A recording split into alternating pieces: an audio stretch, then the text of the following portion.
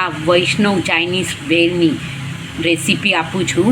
આની માટે મેં મકાઈને બાફી લીધી છે, કેપ્સિકમને પતલા પતલા સમારી લીધા છે અને ધોઈને તૈયાર કર્યા છે. ગાજરને પણ એવી જ રીતે સમારીને મેં તૈયાર કર્યા છે. ફણસીને પણ લાંબી લાંબી કાપી અને ધોઈને તૈયાર કરી છે. હવે હું નૂડલ્સ છે, આ કાચી નૂડલ્સ છે, આને જ હું બાફીને ચાઇનીઝ ભેળની સેવ ઘરે જ બનાવીશ. આ બધા જ સોસમાં કાંદા લસણનો ઉપયોગ કર્યો નથી. હું કોઈ પણ વાનગીમાં કાંદા લસણનો ઉપયોગ કરતી નથી. આ છે સેમ્સનું રેડ ચીલી સોસ છે, આ સોયા સોસ છે અને આ વિનેગર છે.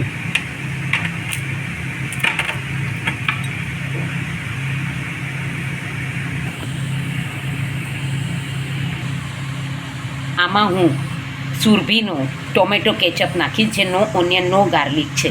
હવે હું આને સૌપ્રથમ ગરમ પાણીમાં બાફી લઈશ. એમાં થોડુંક મીઠું નાખીશ નૂડલ્સમાં અને 1 ટેબલ સ્પૂન જેટલું તેલ નાખીશ. મેં નૂડલ્સ માટે ગરમ પાણી મૂકી દીધું છે. આમાં જરાક અમસ્તું મેં મીઠું નાખ્યું છે. આમાં 1 ટેબલ સ્પૂન તેલ નાખીશ અને પછી હું નૂડલ્સ નાખીશ. નૂડલ્સ ચડી જાય પછી એને બરફના પાણીમાં રાખી થોડીક વાર રાખી ઠરવા દઈશ. પછી એને કોર્નફ્લાવર નાખી અને પછી એને ફ્રાય કરીશ. આમાં મેં 2 ટેબલ સ્પૂન તેલ ગરમ કરવા માટે મૂકી દીધું છે. હવે તેલ ગરમ થઈ જાય પછી એમાં હું સૌપ્રથમ આદું,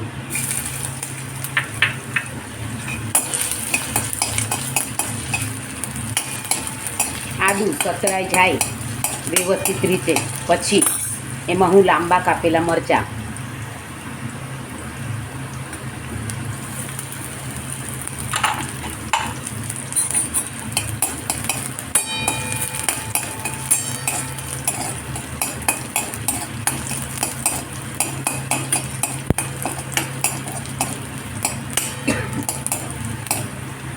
મરચાં સાતળવાની સુગંધ આવી ગઈ છે એટલે હું સૌ પ્રથમ એમાં ફણસી નાખીશ.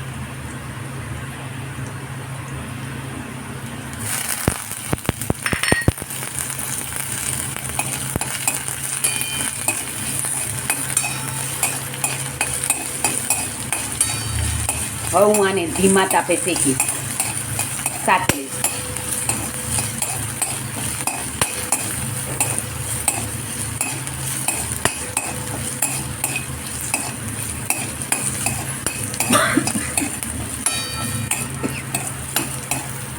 આને બહુ સાતળવામાં નથી આવતું. આ જેટલું કાચું પાકું જેવું એટલે ખાવાની મજા આવે છે. ત્યાર પછી હું આમાં કેપ્સિકમ નાખીશ.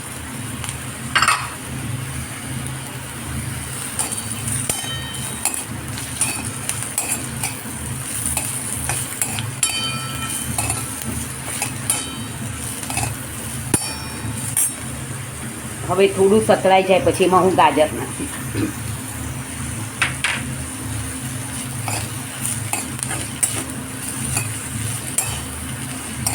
હવે હું છેલ્લે આમાં મીઠું નાખીશ, નહીં તો આ બધા શાકભાજી પોચા થઈ જશે.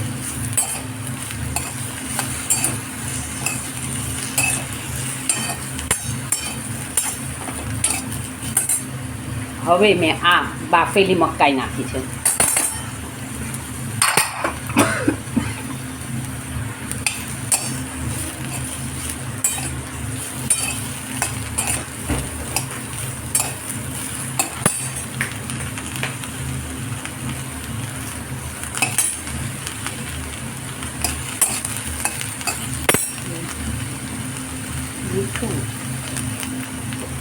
તમે જોઈ શકો છો આ હવે લગભગ સતરાવા આવ્યા છે.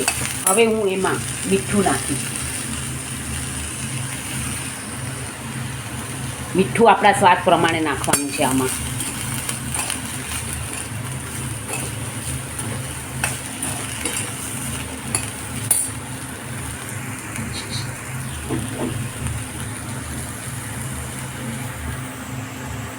હવે હું સૌથી પહેલાં એમાં મસાલો કરીશ. આ ઓરેગાનો મેં નાખ્યો છે, આ મરી પાવડર છે, આ ચીલી ફ્લેક્સ નાખ્યા છે મેં,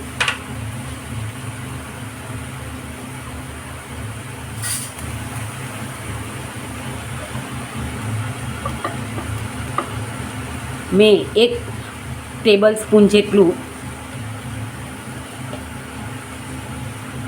સોયા સોસ નાખ્યું છે.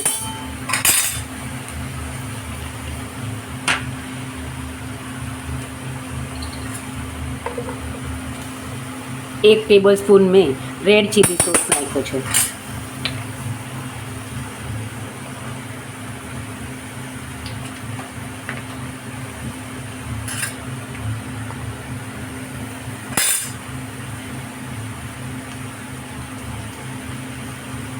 એક ટેબલ સ્પૂન મેં નો ઓનિયન નો ગાર્લિક વાળો ટોમેટો સોસ નાખ્યો છે.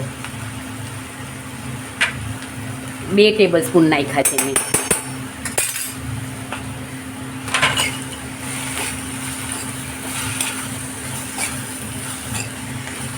તમે જોઈ શકો છો હવે કલર આવી ગયો છે.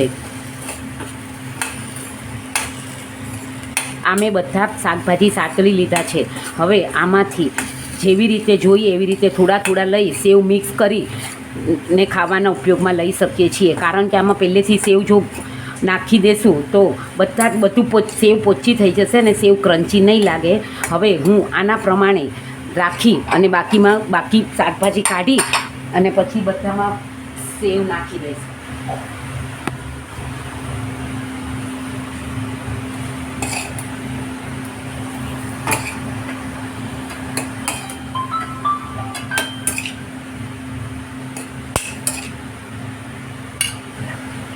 તમે જોઈ શકો છો હવે આમાં હું સેવ નાખી દઈશ અને ગેસ તુરંત જ બંધ કરી દઈશ. આપણી ચાઇનીઝ ભેળ તૈયાર છે.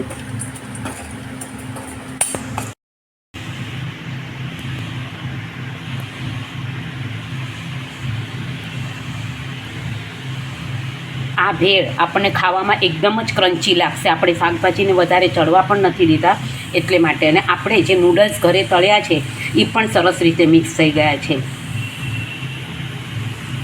C you tomorrow. ફરીથી એકવાર મારા નવા બ્લોગમાં તમારું સ્વાગત છે.